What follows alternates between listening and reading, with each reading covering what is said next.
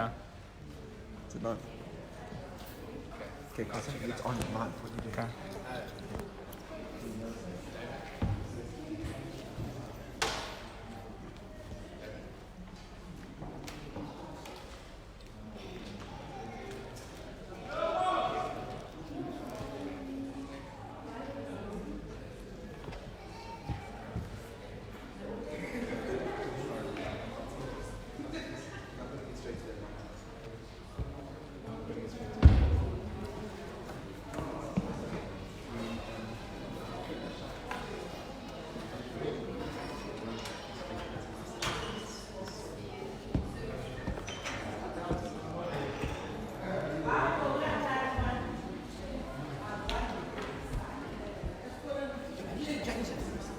Yeah.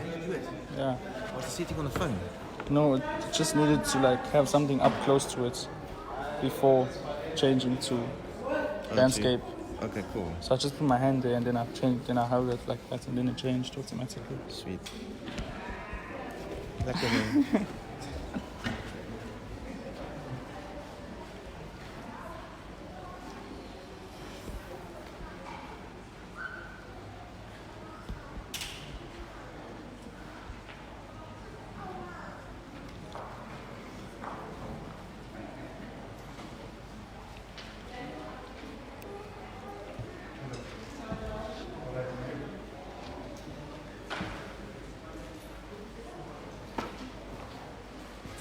Okay, how's it everyone? You all doing okay? So you got to fill up the echo this morning in the building, alright? You got to, whatever you were planning to do as far as the volume was concerned, just raise it up a few decibels. Do we have a deal? Okay.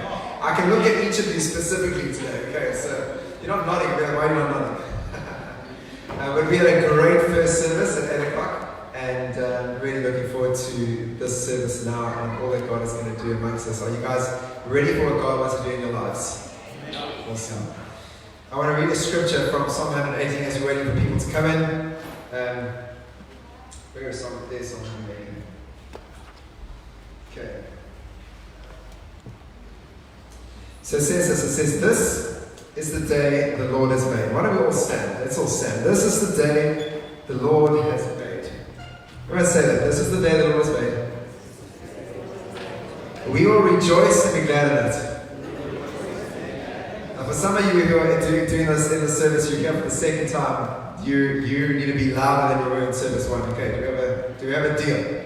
Okay. It's the day the Lord has made. We will rejoice and be glad in it.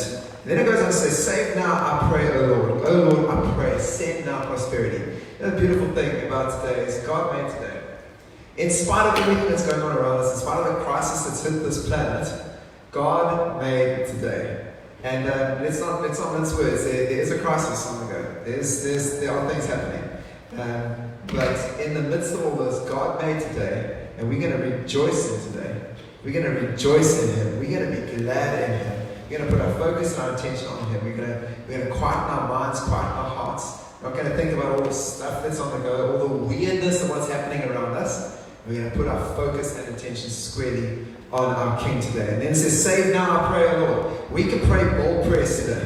Save now, I pray, O Lord. Let's this morning, as we're going to spend time worshiping, spend time praying, we're going to pray bold prayers. And then it says, "O Lord, I pray, send now prosperity." You know, all that's happening around the world at the moment, things are crashing, things are breaking down. But we're going to pray that God will restore, and what He restores will be greater than what it was at first.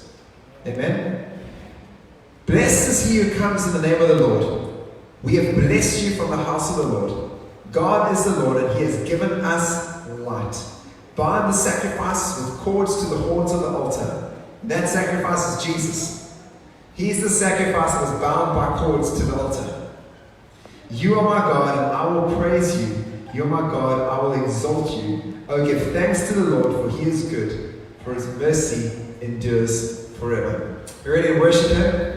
Ready to give Him praise? Now, if you don't normally say yes or speak, today is the day to do that. Okay? Because there needs to be sound rooms. So I'm going to ask us all to practice. I say, are you ready? Yeah! Okay, here we go. There are people that are, just as you know, obviously, as you find your seats, we are obviously today practicing social distancing, so we keep our space. Let's have a little bit of a gap. I don't like the term social distancing as much as it's physical distance. We keep physical distance, but we're still connected. Amen? We're still connected there. So we're going to worship Jesus. Jesus, we love you. We exalt you. And thank you, Lord God, that we get to sing these songs for us as a team for the second time this morning. And we are so excited, Lord, what you're going to do in this next hour and a half. Lord God, our eyes are on you this morning. We worship you, our King. We worship you, Jesus.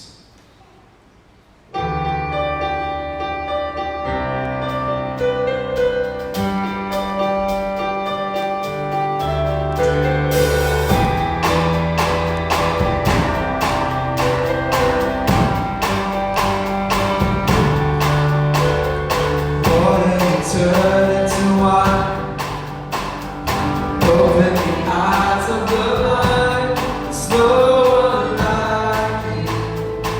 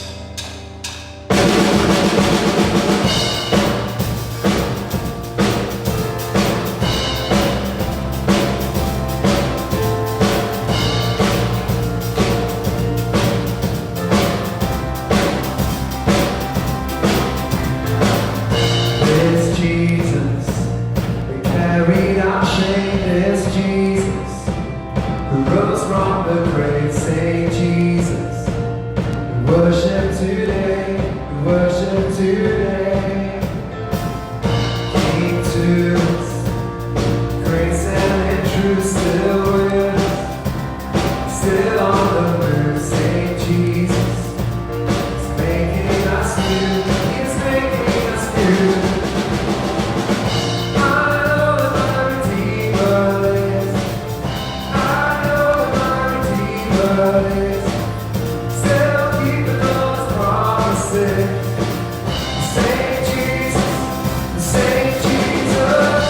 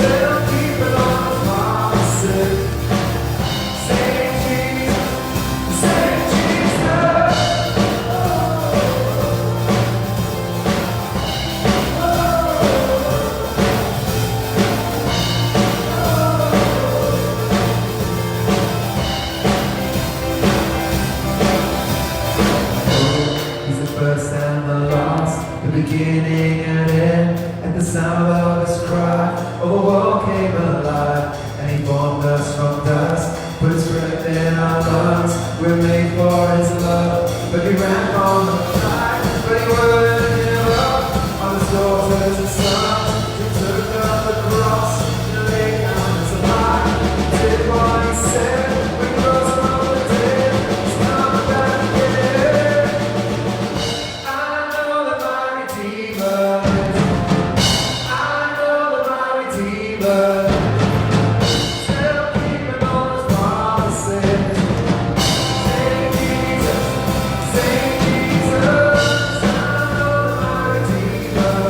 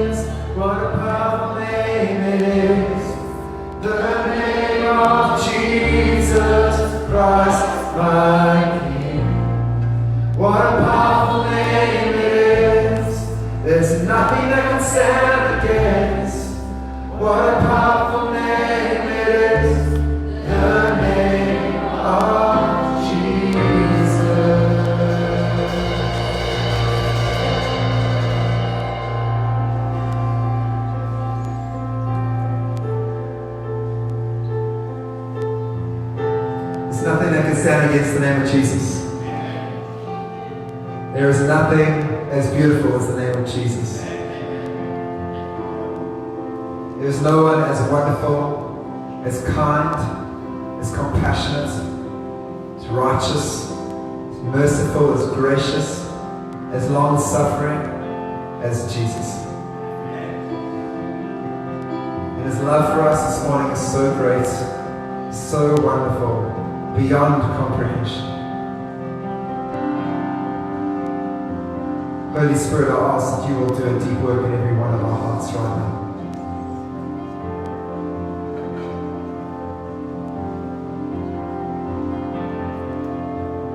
Don't want to miss a single moment with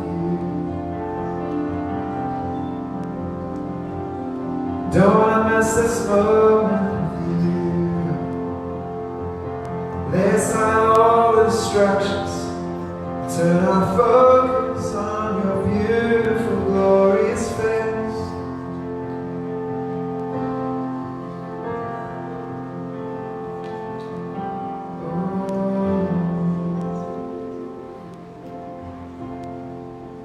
We're going to sing a song that was written about 2.5 weeks ago. The song is also gone a little bit viral around the world amongst Christians and churches. And I really believe it's written for such a time as this. We're we're going to declare it over ourselves, over our church, over our community, over our nation, and over the nations of this earth.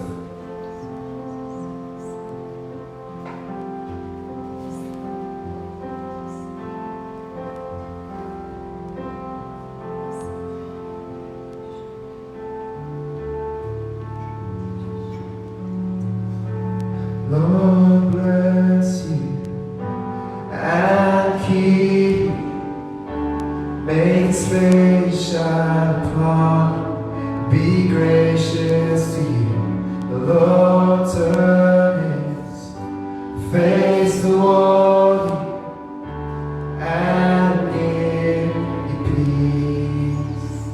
Just take the truths of these scriptures. It's just scripture, so take the truths of these scriptures for your life, for the lives of your family, your loved ones, for those we know, for our church, for our coast, for our nation. Take the truths of these words.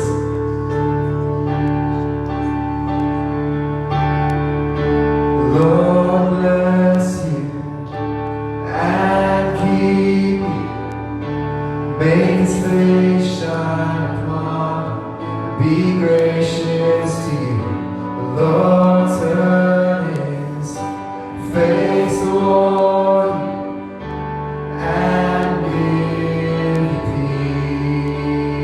peace. Sing Amen.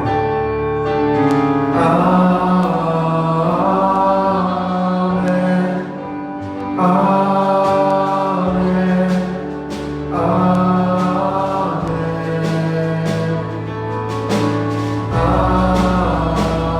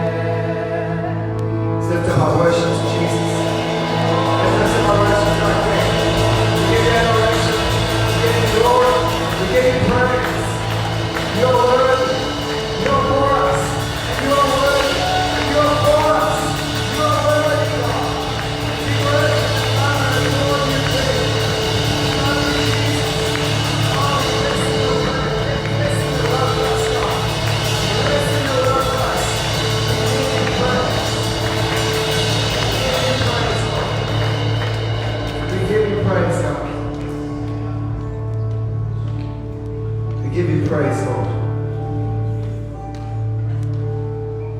You go before us, you go behind us, you're within us, you are all around us, you're behind us, you're beside us, you're right here with us right now, in this moment, and in this moment in history, you're here.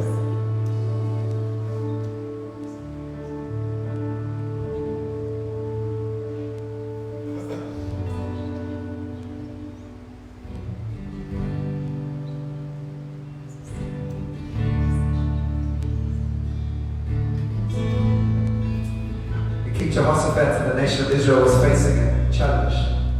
They were about to get wiped out as a nation by some enemies that had come towards them. That's what I read a few verses of Jehoshaphat's prayer in the midst of crisis, his prayer in the midst of challenges, prayer in the midst of this all could come to an end. This thing we call the nation of Israel could be all over right now, in a moment, in a day.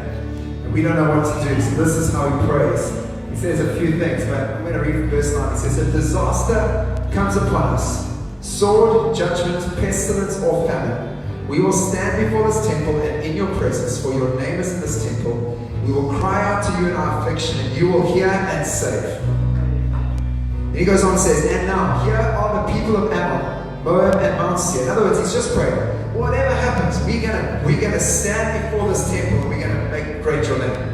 Whatever happens, it doesn't matter. Whether it goes good or goes bad, that's what we're going to do. We're going to worship you, but we are now going to ask you for something. This is what he then asks. He says, here are the people of Ammon, Moab, and Mount Seir, whom you would not let Israel invade when they came out of the land of Israel, but they turned from them and did not destroy them. Here they are, rewarding us by coming to throw us out of your possession, which you have given us to inherit. Oh our God, will you not judge them? Now remember, in the new covenant, our battle is not against flesh and blood, human beings. Our battle is against spiritual forces of darkness in the heavenly realms. So when we read this, we translate it through the new covenant eyes, new covenant lenses, and go, these are the enemies of God's new covenant. This is the enemies of Satan. This is his cause coming against us, and we are requesting something from God, right? Yeah. So it says, here are these people, they're coming, they're rewarding us by throwing us out of your possession. So God, will you not judge them? For we have no power against this great multitude that is coming against us. Nor do we know what to do. But our eyes are on you. Our eyes are on you. Lord, our prayer this morning is the same prayer that Jehoshaphat prayed. We will worship you no matter what comes our way, God. We ask, though, this morning, Lord God, that you will judge what is coming against us, that you will judge this disease, that you will judge panic, that you will judge fear, that you will judge economic turmoil, that you will judge people turning on each other. And Lord God, that you will turn these things away from us in Jesus' name. We know not what to do. We have no power, God, but our eyes are on you. Our eyes are on you. And we say this morning, God, on behalf of us, of our families, of our church, and of our coast, our eyes are on you, Lord. Our eyes are on you. We look to you, God. Where else does our help come from? We look to you, God. Where else can we find the words of life, as Peter said? We look to you, God. There is nowhere else to turn. Our eyes are on you. We worship you, God. We We worship you, Lord. Just tell the Lord in your own words, just say, God, my eyes are on you this morning. My eyes are on you. I don't know what to do, but my eyes are on you. I don't know what's coming, but my eyes are on you. Just tell him how much you trust, your faith is in him, that he is your peace, he is your comfort, he is your security, he is your righteousness, he is your joy, he is your safe dwelling place. Our eyes are on you, Jesus. Thank you, Lord. Thank you, God.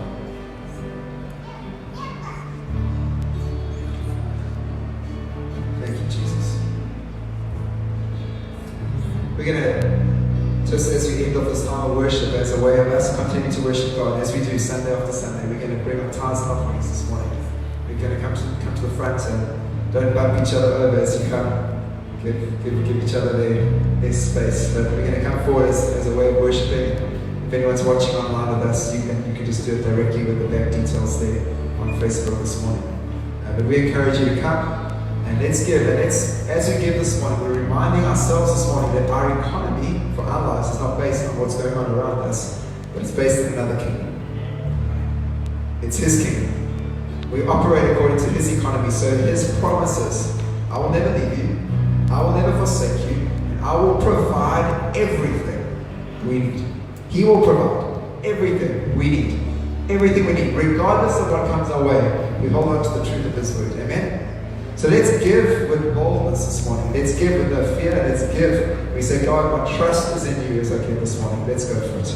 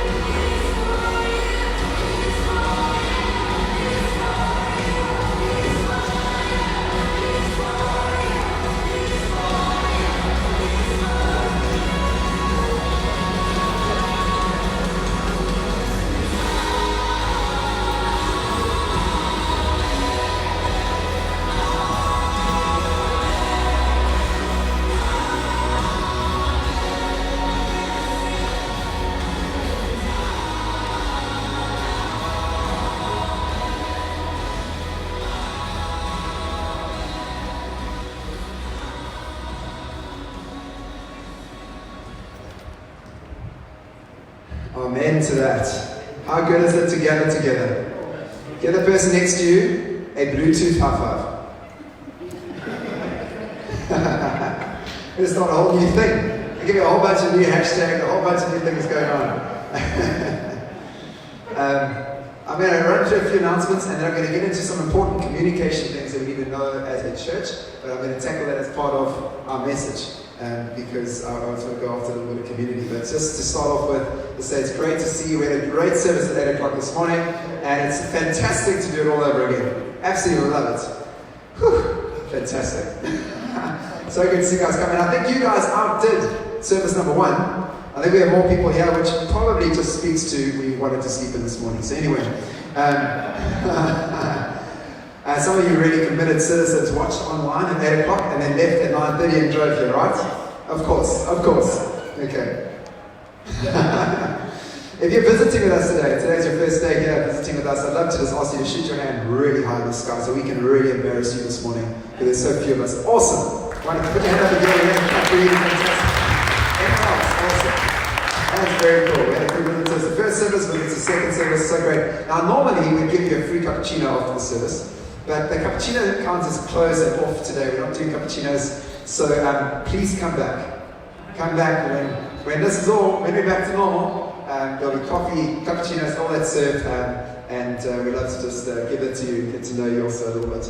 So what we are doing today is we're keeping the service to 100 people, and so hence us having 2 services. We weren't sure who was going to arrive and what it was going to look like. I think if we put both together, we probably would have gone above 100, so it's good that we did it this way. And I also know that a lot of people that have been watching online, they were watching first service, not sure if they are second service, but if you are online live, it's great to see you. I probably know some of you, and hi. And this is quite cool. I've never ever done this actually with a camera in front of me before, so this is it is quite an interesting thing.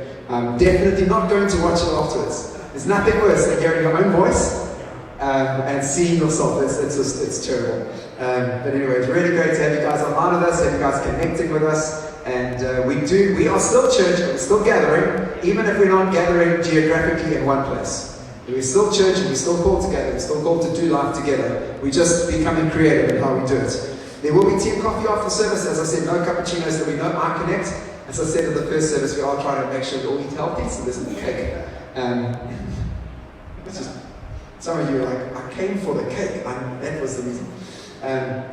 Okay, then I don't have to ask you to vacate the premises too fast afterwards because you were the last service. So leave when you want, but not today. We will lock the building eventually. And we're obviously doing our best to keep to the guidelines and the regulations that have been issued by government for the health and safety of everybody, for you, for me, and for our community and everybody concerned. And I want to ask that just as a result of that, please make sure that you have used the hand sanitizer, keep using the hand sanitizer. When you use the bathroom, do the same. We haven't got towels in the bathroom today, we've got paper towels. And so just want to do our best to make sure that we are not being the cause of any spread of anything. So we exercise the whole social, physical distancing thing as well. So please just keep that space. But I'm really glad that we have gathered together. I'm really glad that we've had this opportunity to do this. It would have been very sad if we'd gone from last Sunday to nothing, which has happened, and it's totally fine for those who've done that. I'm grateful that we were able to do it this way in the process. I do not know what next Sunday is going to look like.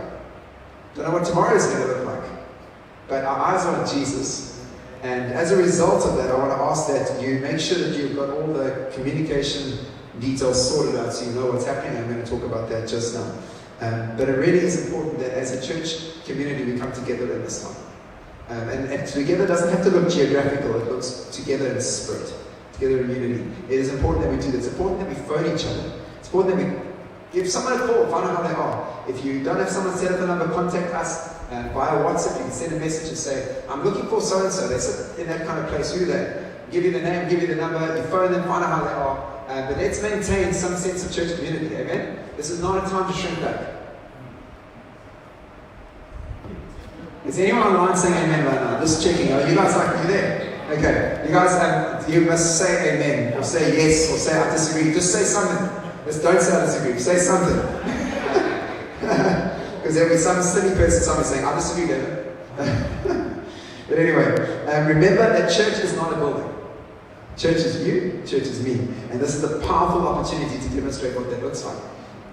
This is super, super important for anyone who knows how important this is. You're feeling the of it not happening. It's like, because we love this. We love this gathering together. And I think you're gathering together after this coming. But I want to remind us though, that if the building and all of that was taken away, all that was gone, we still church together. Okay, so we're going to demonstrate that. We're going to demonstrate what that looks like. So for now, all events on the church premises are on hold for the foreseeable future. We don't know what that's going to look like, so it's all on hold for the time being. We do have a prayer meeting coming up on Thursday night. On Facebook, the details will be announced. Via WhatsApp and via SMS, the details will be announced. And it's going to be an online prayer time. And we're going to figure out a way to do it where we can see each other's faces. Sounds cool, eh?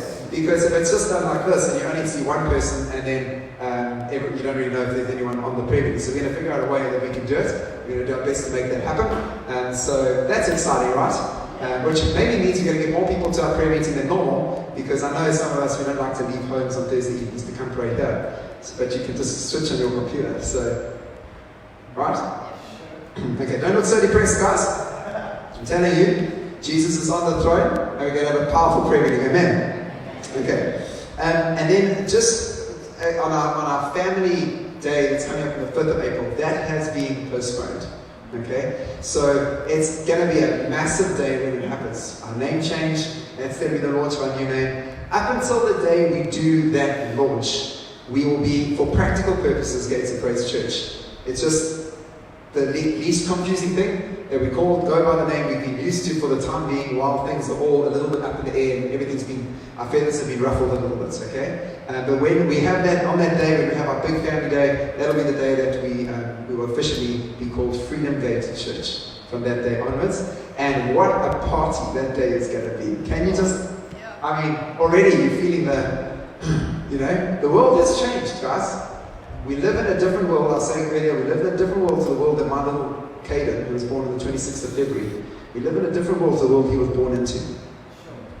When he was born, there was not a coronavirus case in South Africa.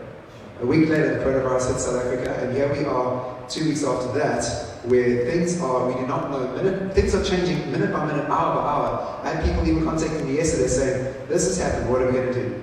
This has happened, what are we going to do? And there's been like this hourly kind of, just adjustment, just having to just make adjustments as we go along. And I know that there's enough grace amongst all of us to handle that, and we are a robust church, we can cope with all of that.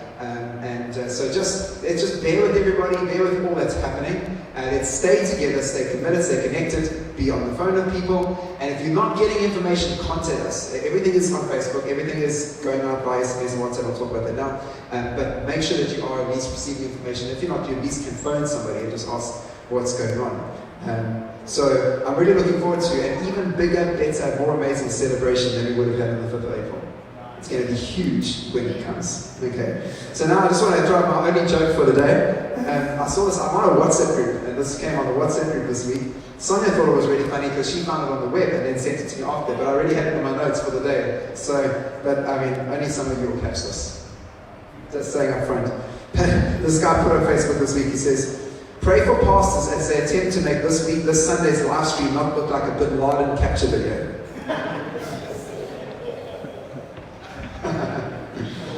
So, have you seen some, you could do a much better job, yet the person still takes it like looking like they're sitting on the toilet. And you're like, why do they do it like they're in the dungeons of Afghanistan? Why can't they just do something? So at least, I hope this doesn't look like a Bin Laden capture video. Hopefully we've got a decent screen behind us, we're doing okay. I know someone in the first service was watching me live on Facebook while they're sitting in the church to see what it was like, which was quite funny. But it sounds like it all worked out well. When you came in today, you would have got a piece of paper that had some health tips on it and another couple of pages, there's 4 pages that said how to pray. If you did not get that, there's the infodesk, I'm pointing at the infodesk right now, it's over there. I want to ask, can I have just a few people grab it and let's just send it around, because I know what happens after service, we forget. And so there's a few people there. Put up your hand if you did not get the page when you walked in. Oh wow, no one got the page. Oh wow, okay. So can we just have a few people, maybe a few more people, just go grab and help, and let's just get this around as fast as possible. I'm going to talk about it while it's going around. The first page is just some health tips. It's just a page and just talks a little bit about how to look after ourselves for our own health and for the safety of those around us in this time. That's helpful, right? That's practical wisdom that we need in this season. So take a look at that, read that through. I know there's a lot of information out there. There's a lot of misinformation out there as well. This you can trust. Then the other page is a page on how to pray. And there's 4 pages of that. There are scriptures to pray, there are declarations to declare, and it's just to help us, give us some focus in our prayer times, so that we are praying, and we are praying focused prayers, and we have something to pray. That's why I don't know what to pray, I don't know how to pray. Here are some things that we can use to pray in this season, right? So I really encourage you to make the most of that. Go through it slowly. For those who happen to be on Facebook online this morning, they have, as far as I know, been pasted online, so you are able to access them and use them at home. Okay, is that helpful, guys? And let's really make the most of it. Proverbs 22 verse 3 says, a prudent man sees danger and takes refuge, but the simple keep going and suffer for it. And this is really our approach in this season. It's important for us not to have a fear-based approach or a fear-based response to the pandemic that is happening and the crisis that's going on. It's also important that we don't just have an ignorant response. Oh, you know what, I'm just going to carry on doing what I do and it doesn't really matter. What's the big fuss about? It's important that we don't handle it either way. We don't respond in fear, we also don't respond in ignorance, which could also be called stupidity, right? Okay. But the way in which we respond is a way that is prudent. We respond in a way full of wisdom, full of faith, full of hope, and full of love. That's how we respond. And let's remember that we are not like everybody else in this world. If the world who doesn't know Jesus knows how to care, we should know how to care 10 times more. Let's keep that in mind. Let us not. This is not a time to get hold up and holds. Yeah. Suck and holes. Okay. It's not a time for that. Not a time to get into our little cave. This is a time for us to be the church. Okay. So yeah, this for me was so just really just great wisdom from a man called Martin Luther who lived 500 years ago. Who was one of the major instigators of the Reformation. And for those of you who might have learned a little bit of history, you'll know that in his time, the Black Plague, the Black Death, the bubonic plague, was ravaging Europe. In fact, I think they said a quarter of Europe was wiped out. A quarter of Europe. Sonia was asking me last night, like, that must have been quite a hectic thing. But why didn't it become like what we're experiencing now? The real difference is that we didn't have air travel. So these things that wiped out vast majorities of areas it was limited to geographical areas. And people coming in would hear the news and they wouldn't go to those areas. We have a global world of people traveling all over the place, and so something can spread like wildfire very quickly, right? Especially something as contagious as this particular disease. And I say that for what it is, but I want to remind us that we have God. And God kind of puts a full stop to the whole thing, okay? But this is what Martin Luther said. Beautiful, just brilliant. I mean, this is great. So he was in the whole Black Death moment, and he said this: I shall ask God to mercifully protect us. Then I shall fumigate, help purify the air, administer medicine, and take it.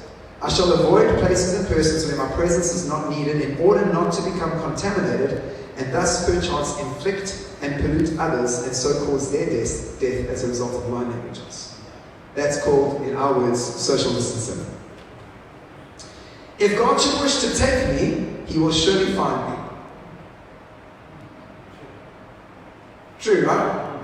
If God should wish to take me, He will surely find me, and I have done what He has expected of me. And so I am not responsible for either my own death or the death of others around me. If my neighbor needs me, however, I shall not avoid place or person, but will go freely as stated above.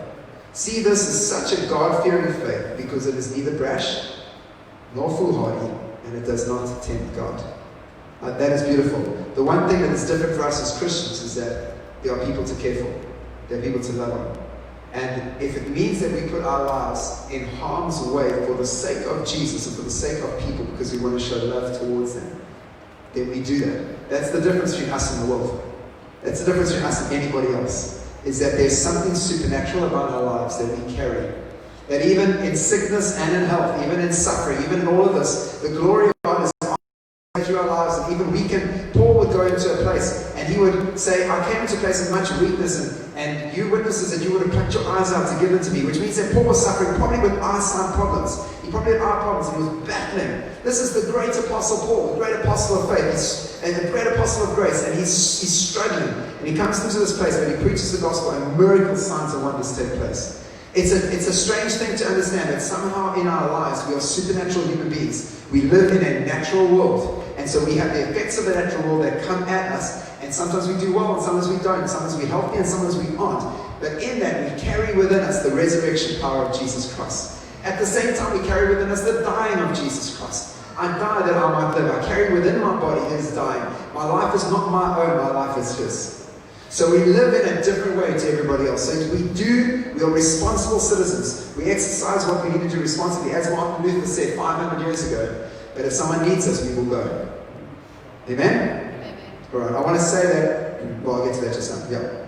This is not the first time that the world has experienced something like we're experiencing now. But it is the first time for a lot of us. For you and for me, we have never experienced something like this before. There have been many localized tragedies.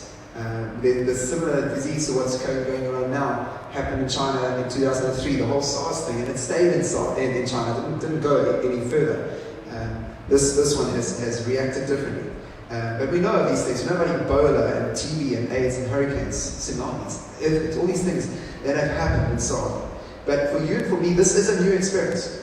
This is something that has never experienced, like our little sleepy South Coast.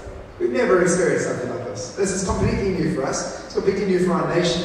And so that said, this world has changed. It's not put our head in the sand. This world has changed. We live in a different world to what we lived in. And it's like you're driving down the road in a car and you have an accident. In that moment, everything has changed for you. What could happen is your car is a write-off and you will never have that car again. What also could happen is maybe you land up in hospital. You might end up having to use a crutch for the rest of your life. Your life in a moment changes. And we all know what that feels like. And there are people in church this morning. Recently you've had loved ones who passed away. And that moment, your world has changed. And that is how life is. And sometimes we want to go back to, can we just go back to what it was like when we were sitting in a coffee shop drinking coffee and walking around the mall and not looking at everybody like they all carry some deadly disease?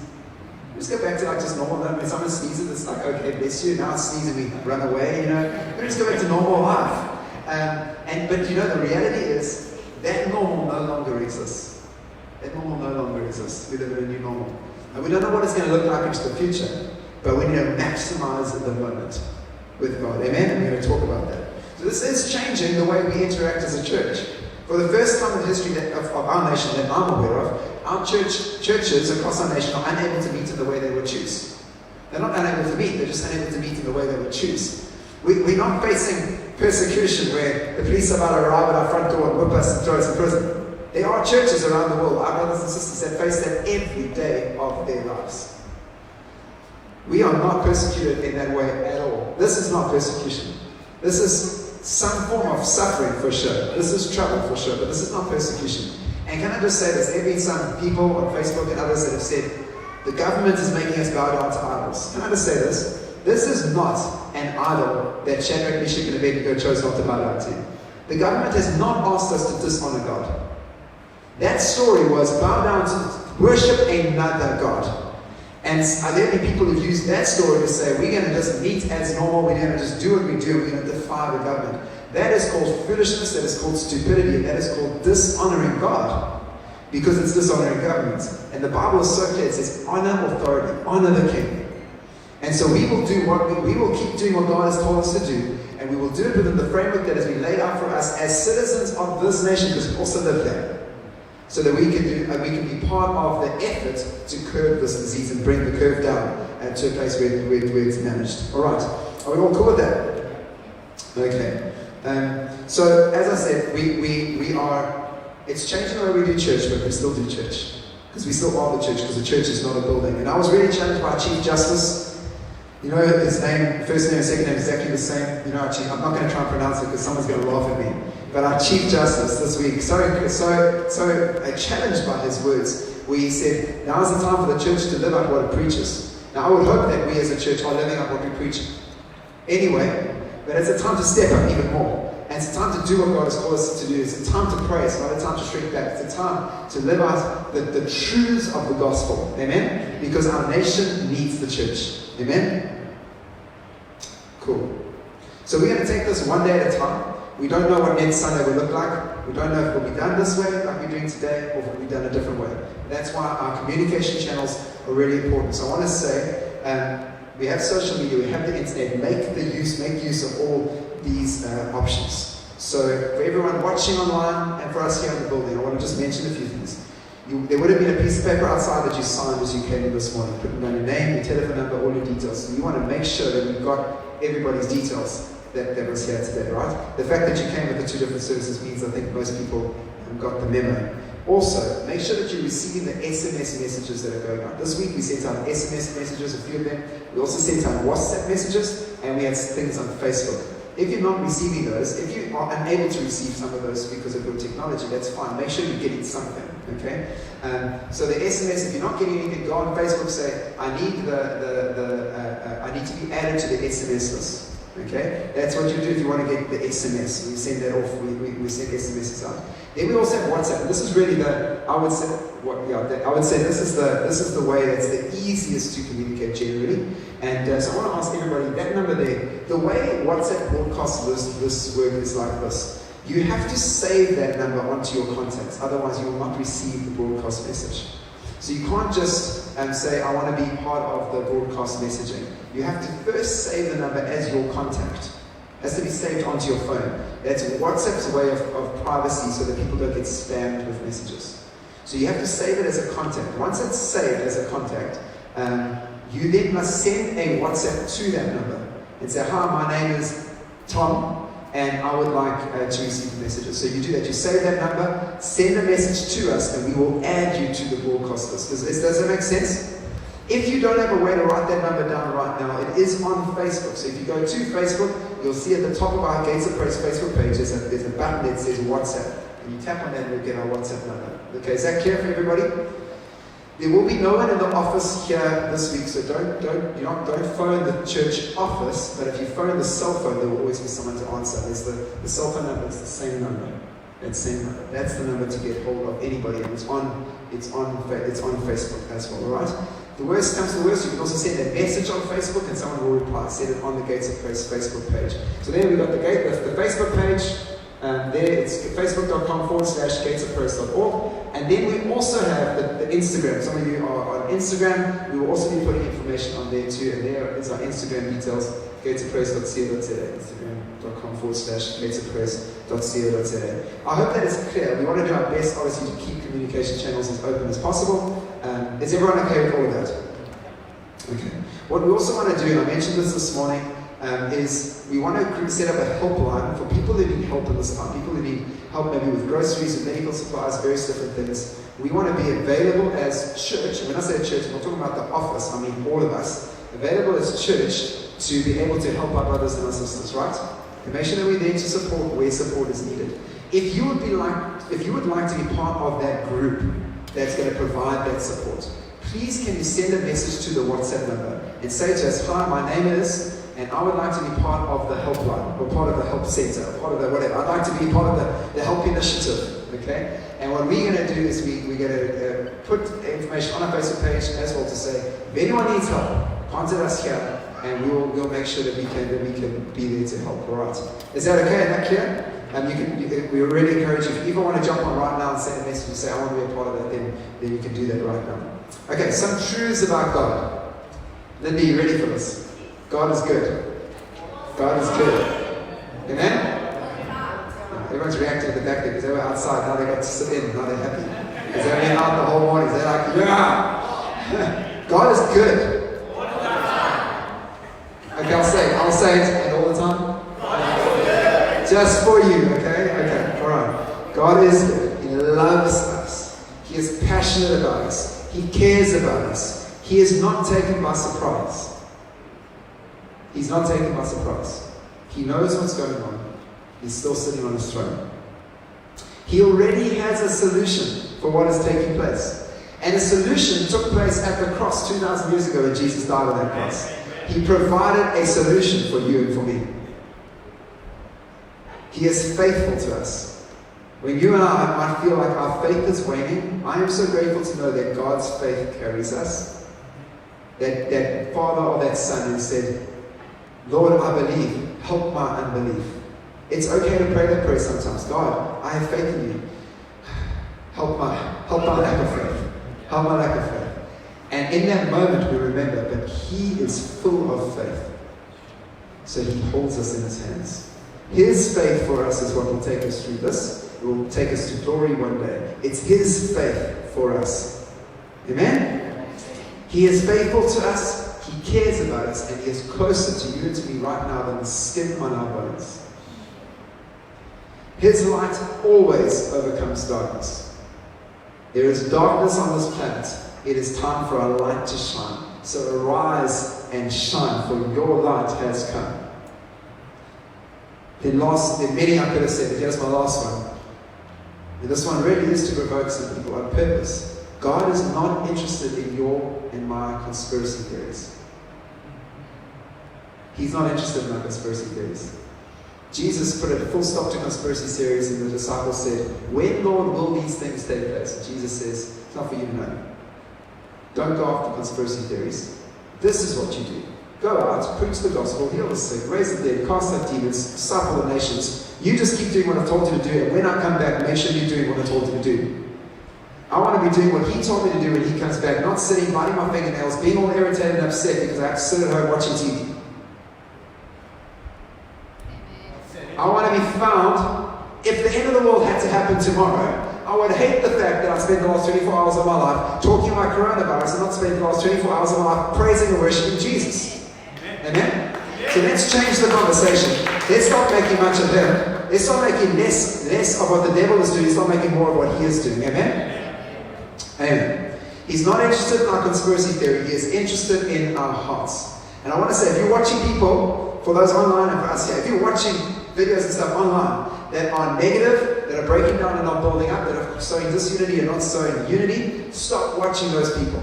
Start watching people who are speaking about the fact that Jesus is building his church, that the gospel is advancing, that the kingdom is going forward, that God is doing amazing things around this planet, because that's what he's doing. That's what he's doing. There are amazing things happening. So when someone comes to you with your little conspiracy theory, with their little conspiracy theory, send it back to hell where it came from, and let's carry on focusing on Jesus. Amen? Amen. I'm glad I got that off my chest. I feel so much better now. So here are the facts that we are facing. The facts are, there's a massive shaking going on. We are in the middle of a health crisis, an economic crisis. We're in the middle of a fear crisis. So much has closed down around us. So much has closed down around the world. Businesses are in crisis. People's livelihoods are in crisis. They're in jeopardy. And I'm sure you and I all know somebody who, if it's not ourselves, we know somebody who's struggling as a result of what's taking place over the last month or so. Those are the facts. But I want to tell us this morning, the facts are not the ultimate reality. The facts are not the ultimate reality. The ultimate reality is found in God. There is another kingdom, and there is another king, and he is on his throne, and his kingdom is advancing. That's the truth. The reality of God and his kingdom. So when things are shaken, as they are at the moment, there are some things that become evident in our lives. What becomes evident is where we place our trust. Because if our trust has been in our bank account, when that gets shaken, we get shaken. But if our trust is in him, then when our bank account gets shaken, we stand firm on a firm foundation. I don't know where tomorrow's meal is going to come from, but I stand firm on him. I am not shaken, even though things around me are being shaken. And right now, there is a massive shaking going on around the world, and I really believe that it's separating the nominal from the passionate. It's separating groups of people in this sense. Those who fully believe in their God, and those who are maybe just churchgoers on Sundays. But those who are saying, I am all in, I've given my life to Jesus, and I am all in for the mission He called me to. And this thing that's taking place, it's shaking people, it's shaking their foundation, it's testing us on where do we really stand. What do we really believe? Do we really believe, as we've easily said, if in the Old Testament you touched the leper, you became unclean. In the New Testament, when you touch the leper becomes clean. Easy to say until you're facing a leper. Easy to say until the coronavirus hits our shores. Psalm 91 is an easy bumper sticker to put on the back of our car when things are going okay. The general grace of God that is available to all of us, that we live in a decent world. But when it comes to the tacky hit in the top, and it's, no plague will come near my tent, do we actually believe it? Do we live in that place and live in that space? I encourage you, Psalm 91 is flying all over the place, as it should be. Read it. Read it. Spend time meditating on it. And make sure it's something that becomes part of our belief system on the inside. Not a catchphrase like God is good all the time, God is good. Not a catchphrase, not a Psalm 91 catchphrase. No catchphrases. This has to become the reality of how we live. It has to become where we anchor our soul. We have to anchor our lives on these truths, and we have to live from this place. Amen? Okay. There's a story of the wise man who built his house on the rock, and the story of the foolish man who built his house on the sand. That's what this is all about. When the waves come and the storms come, what's going to be left standing in our lives? Is what's left standing on the rock, Jesus Christ? Or is what I've built around me, is that what I put my trust in, all blown away like sand, and washed away like sand, because I built my life on the wrong foundation. I didn't build it from a place of trust. And my message heading, which I didn't even mention this morning, is really trusting the Good Shepherd in the midst of crisis. That's what this is all about. Trusting the Good Shepherd in the midst of crisis. So where are we building our lives? And I've got this picture that was given to me Years ago, before my wife was my wife, actually, she gave it to me. You can see it's seen better days. Can you all see that? It's been through a storm itself, as you can tell. Actually, almost literally. And I want to just say this about this. This is what it's all about. This lighthouse is built on the rock. Those of you at the back, it's a lighthouse. This lighthouse is built on a rock. And the waves are crashing against this lighthouse, but it is not budging. It is not moving.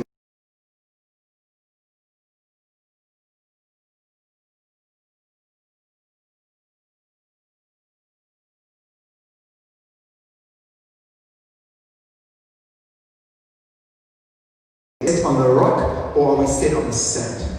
Are we going to be like this lighthouse that still keeps shining because we've been called to arise and shine, or are we going to shut our light down and go into hiding? Or are we going to shine, build our lives on the rock, and stand through the midst of the storm? That's the question for you and for me today. I love this picture. Hence, even with a broken frame, I still have it.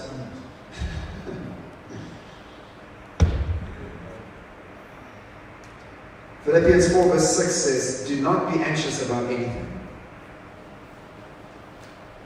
Do not be anxious about anything. So when those feelings of anxiety start to rise about things that we've heard, things that have happened this weekend that we see all over our local South Coast Facebook pages, as those feelings start to rise, you need to get back to Scripture, get back to God and say, God, I choose to no longer be anxious about anything, but I give it all to you. Make my request known to you with thankfulness. I'm not going to be shaken. My trust is in you. Amen? Those who build their life on the rock will not be anxious about anything, even though South Coasters are panicking. We're going to stand firm. In what are we trusting? In who are we trusting? So Psalm 23, wonderful psalm we all know relatively well. Go read it again today if you get a chance. I want to talk about verse 4 specifically. Even though I walk through the valley of the shadow of death, I will fear no evil, for you are with me. Your rod and your staff, they comfort me. And I hear they say that in the Judean desert there in Israel, that there are a lot of valleys. And I'd say it's very similar probably to our world. We have a lot of valleys here where we live. And in those valleys, it's very easy, because some valleys are so deep that there are a lot of shadows that get cast by the valley. And so they get so deep that with these shadows, it's easy for a predator to hide behind a rock or behind a bush and jump out and take a sheep as the sheep come through the valley. And so in those times, the sheep needed a shepherd that would protect them and would guide them through and get them through the valley without them being killed or taken out by some predator. So this is why David says of Jesus, his great shepherd, he says, you are my shepherd. You've got me and you've got this and you're taking me through.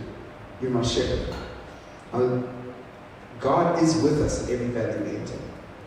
God is with us in every valley that you and I enter. David spoke about your rod and your staff. The rod was like a short stick about a meter long, like our knob carry with a weight on the end, a short about a meter long. And the shepherd would use this to kill snakes and to fend off wolves and to beat back the bush so the sheep could come through and they could see a pathway. And sometimes what would happen is there would be a charging wolf coming at the sheep, and he would throw this club with the rod and throw it across above the sheep's head and would hit the wolf and knock and kill the wolf to protect the sheep. That was the rod. Then he had the staff, which is like 2.5 meters high. That's this big thing, the picture that you often see, the beautiful picture of the shepherd, with the massive rod, right? This massive staff with a curve on the end, right? That was the staff. And the staff was used to keep the sheep together, to guide the sheep, and to pull them back from thorn bushes or pull them back from crevices where they might fall into a valley or into a gully and hurt themselves. And they would use that to keep them, guide them, protect them, and keep them from certain danger. Your rod and your staff. The one was an attacking weapon, and the other one was a protecting the sheep tool. And David says, your rod and your staff, they comfort me. It's so amazing. So many people they're afraid of the rod of God. But if we understand who our Father truly is, that rod would bring incredible comfort in our lives. The rod and your staff, they comfort me. The word comfort there means to preserve a feeling of security, peace, and joy. How's that? Your rod and your staff preserve for me a feeling of security, a feeling of peace, and a feeling of joy. So even as they walked through the valley, they were comforted knowing, my shepherd's not leaving me, my shepherd's here with me. The rod and the staff, they comfort me. I know I'm okay. So you and I, we're sheep. We're passing through a valley. The beautiful thing about valleys is they do come to an end. But in this season, as we go through this valley, where is our trust? Where is our trust? We have to choose to trust Him. We have to choose to trust Him. So we may be in the valley of the shadow of death, but I also want to remind us that we are under the shadow of His wings. In the shadow of His wings, the Bible says, in the shadow of His wings I will take refuge. And I want to say this, in the darkest moments of our lives, those are the moments where God is the closest. In the shadow of His wings, where the shadow is dark, in the shadow of His wings I will take refuge. So I'm passing through the valley of the shadow of death. But there's actually another shadow overshadowing me, and that's me being in the shadow of His wings. Which reminds me of the song we often sing. It may look like I'm surrounded, but I'm actually surrounded by You. It may look like I'm surrounded, there's stuff going on, this is hectic, it's the valley of the shadow of death, but I'm in the shadow of Your wings. I'm surrounded, I'm protected, I'm comforted by You. Therefore I will not fear. My trust is in You. So this is what it looks like practically for you and for me. I'm going to throw some practical things out for us as we start to land this message. Surprise Itore is an incredible pastor who heads up an Iris Ministries International with Heidi Rhoda Baker in Mozambique and all over the world. And he said this week on Facebook. He said, no movies, no concerts, no sporting events, no restaurants, no social gatherings, limited workload. Now that I've cleared your schedule, can we talk now?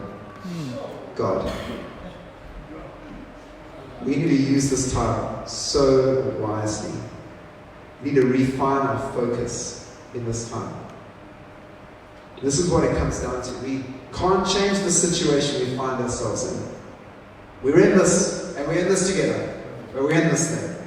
But in this place of absolute trust in a good Father, now is the time to invest the time that you and I may have found, not to keep rushing around as busy as we always are, doing this and doing that and doing the next thing, but making sure that in this time we use it wisely to invest in our relationship with Him. Our Father is saying, I want to spend time with you. I want to spend time with you. We will have missed it if we keep running around as busy as we always have been, and keep chasing after things as we always have chased after things. We'll have missed this season, which I would call it a gift. It's a gift from God for you and for me to say, okay, we're going to connect with our Father again. It's a season where we can say, okay, I'm going to invest in my relationship with Him.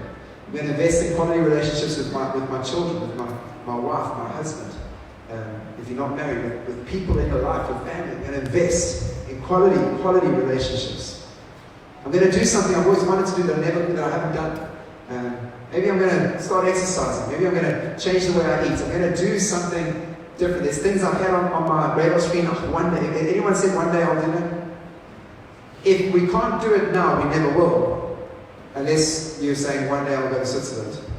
You can't do that now. Okay. But if it's something that you could do within your space, that you keep putting off because I just don't have time, I'll do it next week, I'll do it next month, I'll do it next year, I'll do it next year. If that's where you're at, if we can't do it now, we never will. Then you may as well write it off your list and say, I'll never get to it. Because we've been given an opportunity in time. We've been given a moment where we can take up our time with Him once again and say, you are the most important in my life. You are the most valuable in my life. I'm going to maximize that. I'm going to maximize the time that I have, not to binge on Netflix. It would be a tragedy if we got to the end of the season and say, look how many seasons of Netflix I watched.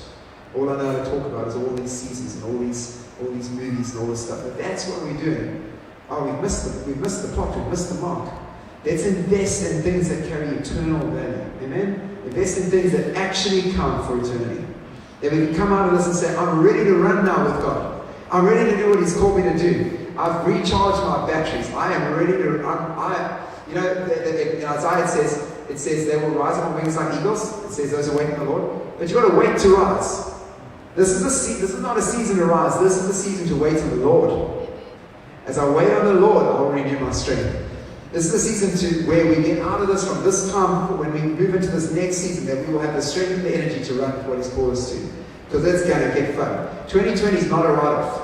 2020 is far from even, 2020 has just got going, guys. 2020 has just started. There's so much for us this year.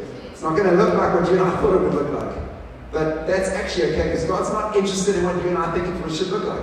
He's interested in our hearts. He's interested in people knowing Him. He's interested in the world coming to know Him. He's interested in revival taking place. And He will do what needs to be done for that to happen. Amen? Okay. God did not cause this, I just want to clarify, God did not cause the coronavirus, but He will use it for His glory. Amen? So no Netflix, computer games, binge watching on TV, not spending our time complaining about the situation we find ourselves in. We've got this window of opportunity to realign our priorities, because this next season is going to be determined by how we respond to this current season. This next season will be determined by how we respond to this current season. So F.M. Alexander said this, I saw this on a blog this week. He said, people do not decide their futures. They decide their habits. And their habits decide their futures. You want to get somewhere? Get habits in place now that will get you to that place. This is the season to put the habits in place that God is calling you and I to have. This is the time. This is the moment to get those things in place. And it reminds me of the word that I felt for us as a church at the beginning of this year, where what I felt was that we are going to make decisions this year that will affect the way we do life in the years to come. It will affect the outcome of the years to come. Now, I know that it's not it's as simple as this. If you chose to, for instance, use exercise, if you chose to start exercising today and make a decision and it becomes a habit, it affects your future. Years to come, you've set yourself on a particular line. Does that make sense? You made a decision today, I'm going to study something. It affects the trajectory of your life for years to come. Years to come, you're going to look back and say, what an incredible degree I just did. Or incredible course I completed. Or I'm so glad I did that thing. But so often we put these things off because we never have time. And I believe this is a season now we need to make decisions for what is God telling us to do. And we need to do those things, because if we don't have the time now, we never will have the time. A friend of Sonia's was saying how they've got to work at home in the UK, and he's gained 2 hours a day travel time. Everything's been done online, teleconferencing, all that stuff. He's gained 2 hours a day. And his question to himself was, how am I going to use that time? How am I going to use that time? And so my challenge to us is invest in well. In Him, in family, in community, in serving our community, in loving each other. And we're going to see something incredible come out of this, because God is going to make us, if I can use these words, He's going to make us lean and mean for the season to come. Amen? So this is, I really feel this is a watershed time. These are watershed decision-making moments. And we have to refine our focus in this season. Our focus has to be on Him, and our focus has to be on what are God's priorities. Not your priorities, my priorities. What are His priorities? So we keep the main thing, Amen? So with that said, this is where I see us. I see us going, this is us moving ahead. When and where and how, we do not know. But I see something of Ezekiel 37, the dry bones awakening. That life is coming back into the bones again. The church of God is shaking off the dry bones. That the dry bones are coming to life. We're rattling together, and He's breathing life. And we're becoming a mighty army for the season ahead. There's an army rising. I really believe there's a revival coming. The church is going to rise more glorious than ever before. What can be shaken is being shaken. What is built on Jesus will stand firm. And we are going to see a harvest of souls around this planet like we have never seen before. God is going to use us as a church. He's going to use it. It's not by accident that we put extra chairs into the building the Sunday before everything got shut down. That was a prophetic statement for what God is going to do. We put the chairs in place. Awesome. Now we do things differently for a while, but watch what God's going to do. Watch what God's going to do. Jesus said in Matthew 16, I will build my church, and the gates of hell will not advance again, not prevail against it. You and I are part of this church that Jesus is building. And the gates of hell cannot prevail against us, because Jesus is the one building His church. Amen? So I want to end by saying this. I want to just put things in perspective. all that's happening, I want to put it in the big perspective of the gospel story of Jesus. There is something way more dangerous, way more contagious, way more life-threatening than COVID-19 could ever be or pretend to be. And that is the issue of sin. And sin went viral and has gone viral, and it's always going viral all over the world. It is a contagious disease. But God made a way, and the same solution that He made for coronavirus, it's the same solution He made, because coronavirus is the effect of sin. It's the same solution He made for sin 2,000 years ago. When Jesus went to a cross and died on the cross, and He became sin for you and for me. And so, as a result of that, you and I have life in Christ. There should be something more contagious than the coronavirus. There should be contagious Christians. There should be something a little bit more contagious than the coronavirus. Courageous and contagious Christians. Amen? Amen? Amen? This is a time to talk about Jesus. It's a time to make much about Jesus. Put this in perspective. The most famous person probably on the earth, at least in our Western kind of world, in our internet world, is Donald Trump, right? Probably most talked about person. So I typed his name into Google and I get a billion hits. So I decided to make it a little bit more general because not everyone says Donald Trump, they'll say Trump this or Trump that. So I typed Trump into Google and I got 2 billion hits. That's 2 with 9 zeros, okay? 2.something billion hits. So Donald Trump's been around for a while, right? He's in his 4th year of presidency. He was also around before. There was a famous person before he became president of America. So he's been around for a long time. And at least the world's been talking about it for 5 years. Okay? At least for 5 years, there's been a lot of conversation around him. So I typed in coronavirus into Google. It's been around for 3 months. Just over 3 months. 5 billion hits. 2.5 times the amount of somebody who's probably one of the most famous people around, who's been around for a long time. In the space of 3 and something and a bit months. What's my point? There is a lot of conversation going on about coronavirus. And how's that for an understatement? Okay. There is information and misinformation and fake news and true news, and it is insane. And I'm telling you, your phones, if you've got WhatsApp, your phones are probably gone insane too. Okay? Everybody's sending you stuff, and some people are telling you to, I'm not going to mention it because maybe one of you were the ones who sent it, so I just won't say anything. There are crazy things out there. I want to say this. Can we make a conversation about Jesus? Can we make a conversation about Jesus? Imagine in 3.5 months what one little virus has managed to do. Imagine what a bunch of contagious Christians around the planet could do if they just got the conversation onto Jesus. Imagine. I'm stirred up, as you can probably tell. And I'm looking forward to this new season. In the midst of tragedy and suffering and trouble, we're going to pray, we're going to trust the Lord, we're going to ask God for victory, for breakthrough. And we're going to trust God that this virus does not touch any one of us in the church. We're going to trust God that it moves off our coast in Jesus' name. Amen and beyond. So I want to ask, if you're here today and you've never given your life to Jesus, you say, I want to put my faith in Jesus Christ this morning. Can I ask you to put your hand really high in the sky? We would love to pray for you today. If you want to give your life to Jesus this morning, put your hand really high if that's you. You want to give your life to Jesus? I'm just trying to see that I miss anybody. Did I see a hand? No hands. Okay. Yeah, and online, people are watching online. If you want to give your life to Jesus today, today's the day to do it. Today's the day to do it. And I want to say, this is how you give your life to Jesus. We know that through Christians, as I gather. We put our faith in Him. We believe that Jesus, that He went to the cross. God raised Him from the dead. We put our trust in Him. We put our trust in God. And He wipes us clean, gives us a clean slate, makes us holy and righteous. He brings us from death and brings us into life. It's so beautiful. All we have to do is say, I believe in Jesus. It's as simple as that. It's, I believe in you, God. I believe that you died. I believe you rose again. I believe in you. Let's be a people in this season that tell people about Jesus. While in the midst of panic, in the midst of fear, you and I are carrying the hope of the nations. Amen? Amen. Okay. So we're going to pray. I'd like to ask us all to stand. We're going to pray and then we're going to begin.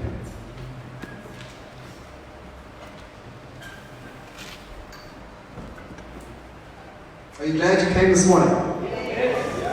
Awesome. Okay.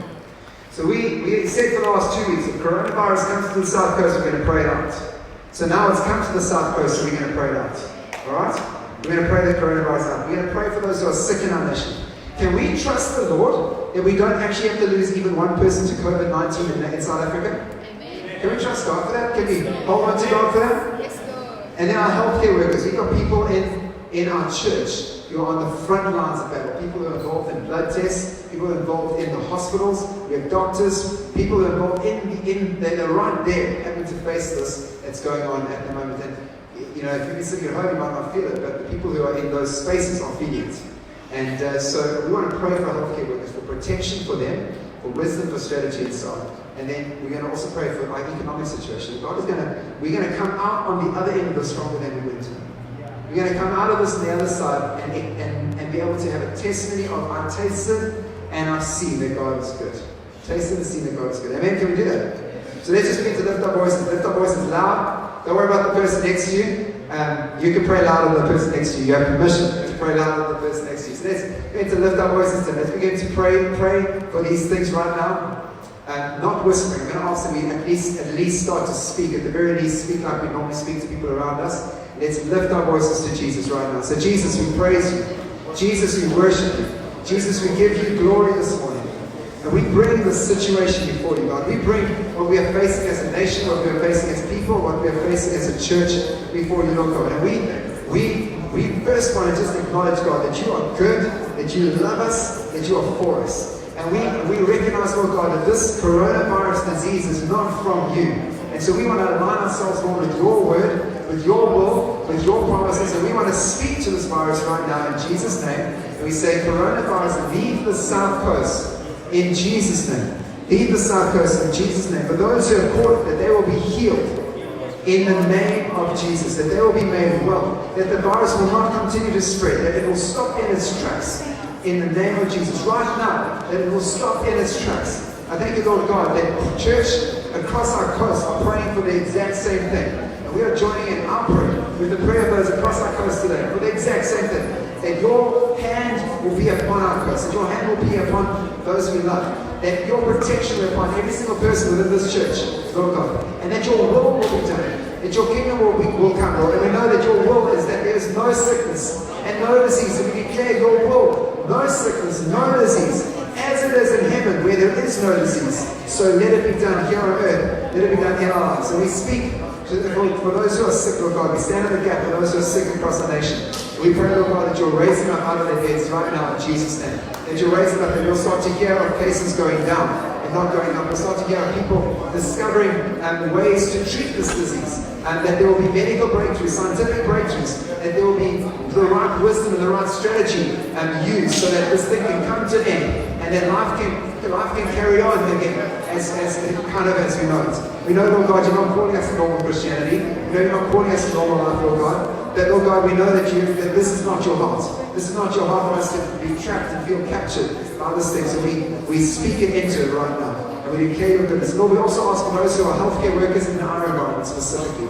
We pray, Lord God, for our healthcare workers, our nurses and our doctors and others who are involved, and those who are testing blood. We pray, Lord God, for your protection on their lives. We pray, Lord God, for wisdom for them and for their families, that there will be no fear, that they will not operate out of fear, but they will operate out of love. They'll operate out of a place of peace. And we pray, Lord God, for strategy for them, wisdom to make the right choices. We pray for every healthcare worker across this coast. We think of Murchison Hospital, Gamalake, we think of the other clinics, we think of Margate Hospital, Port Shepstone Hospital, Hibiscus, Shelly Beach, and the other healthcare centres in our area. We pray for every healthcare worker, Lord God, that they will not only know what to do, but they'll have an encounter with you. That they will come to know you, Lord God, even through this, Lord God. And that those who know you in this time, Lord God, will emanate your goodness and your peace in Jesus' name. And God, we also pray for our economic situation. We pray, Lord God, that you will turn this around. And that the way we came in, we'll be stronger when we come out. In Jesus' name. We pray, Lord God, for your hand to be upon those who who, as a result of this coronavirus, Lord God, are losing money, are losing profit, are maybe losing their jobs, or maybe put on short time. And we just pray, Lord God, for your hand to be upon them. And we speak as Paul said, my God will supply all your need according to his riches in glory in Christ Jesus. And we trust you for that, Lord God, in Jesus' name. In Jesus' name. Everyone said? Amen. Amen. Amen. It's good to just all pray sometimes, right? That was good. That was good. And as I said, we're going to pray again on Thursday night. And we figure out how to do that online. Get online and find out how we're going to go about that. We're going to do communion just as we close off today. This is really the final point of where we need to land today. Land back at what Jesus has done. What Jesus has done for us. And so we're going to hand this out to everybody. Right where we are, and it's going to start to go around now. And while that's happening, I'm going to read from Luke 22.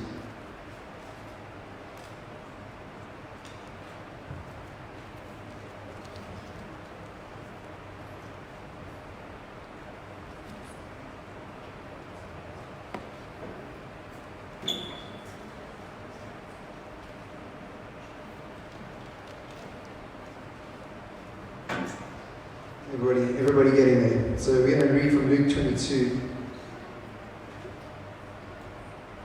It's the story of Jesus and the Last Supper with his disciples.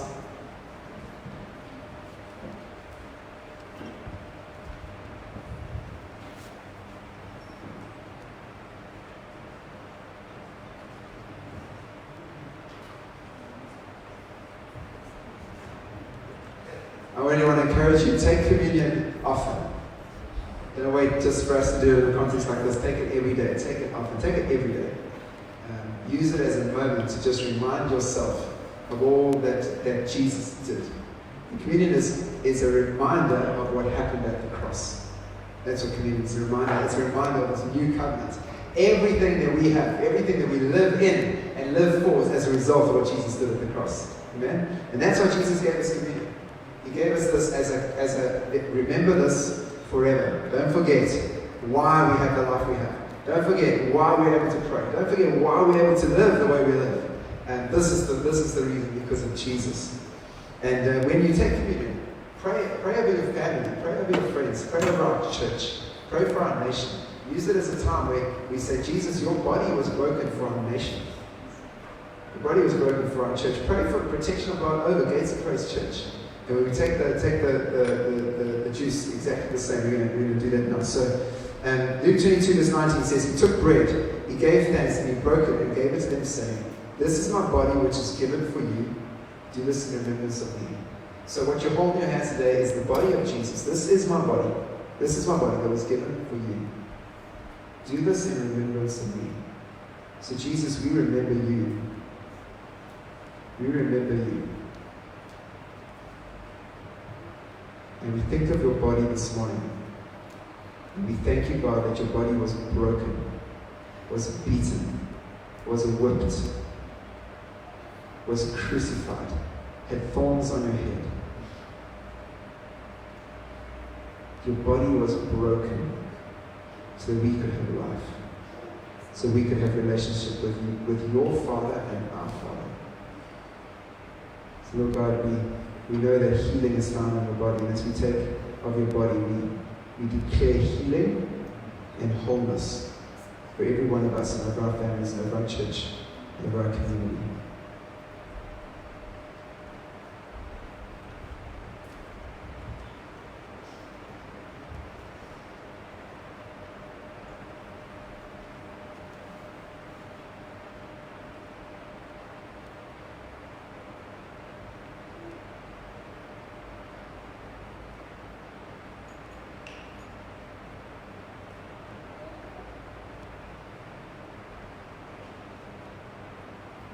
Likewise, he also took the cup after supper, saying, this cup is the new covenant in my blood, which is shed for you. So Jesus, you remember this new covenant in your blood this morning. That your blood was shed so we could step out of the old and into the new. That your blood was shed so that we could have the forgiveness of sins. Your blood was shed so that we could become completely righteous. And so we speak your blood. We plead your blood, Lord. Like an advocate would plead his case. We plead your blood over our lives, over our children, over our families, over our futures, over our church, over our community, over our nation. We plead your blood, God. Thank you, Lord. Thank you, Lord, for your blood that was given for the life of the world. Thank you for your life this morning. As we drink this, we remember that.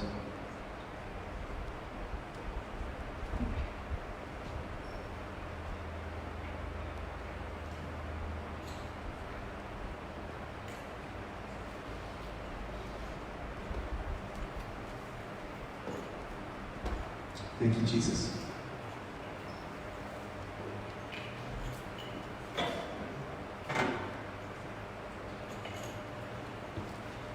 So this week, everyone, refine your focus.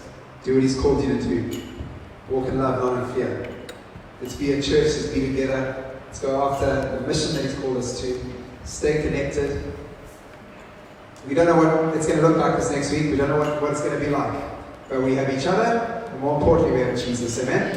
And so we're excited, we're amped, and go out and show the goodness of God to those you come in contact with. Amen. Have a great rest of the day. Thank you for coming. We will see you soon.